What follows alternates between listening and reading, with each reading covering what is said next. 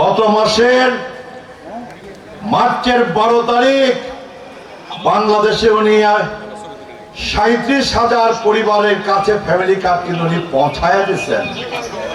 উনি বলেছিলেন না উনি ওনার বাবার পথ ধরে খাল কাটবেন? ইসলামপুরে কি খাল কাটা শুরু হয় নাই?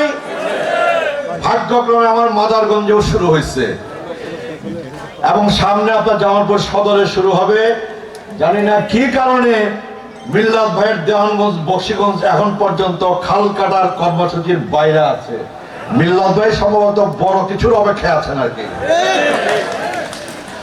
উনি বলেছিলেন জিয়ার বেটা মসজিদ মন্দিরে মসজিদের ইমাম সাহেবের জন্য, মসজিদের মুয়াজ্জিন সাহেবের জন্য, মন্দিরের পুরোহিতের জন্য রাষ্ট্রীয় তহবিল থেকে সম্মানী দিবেন, ভাতা দিবেন বলেছিলেন না?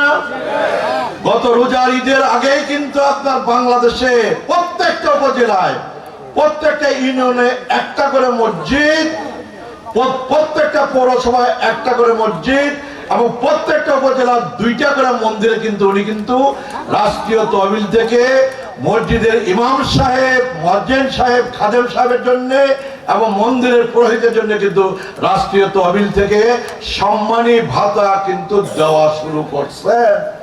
বাংলাদেশের ইতিহাসে গত 55 বছরের ইতিহাসে মসজিদের ইমামদের নিয়ে কেউ ভাবেন নাই, মসজিদের মুয়াজ্জিন সাহেবকে নিয়ে কেউ ভাবেন নাই, মসজিদের খাদেমকে নিয়ে কেউ ভাবেন নাই, মন্দিরের পুরোহিতকে নিয়ে কেউ ভাবেন নাই।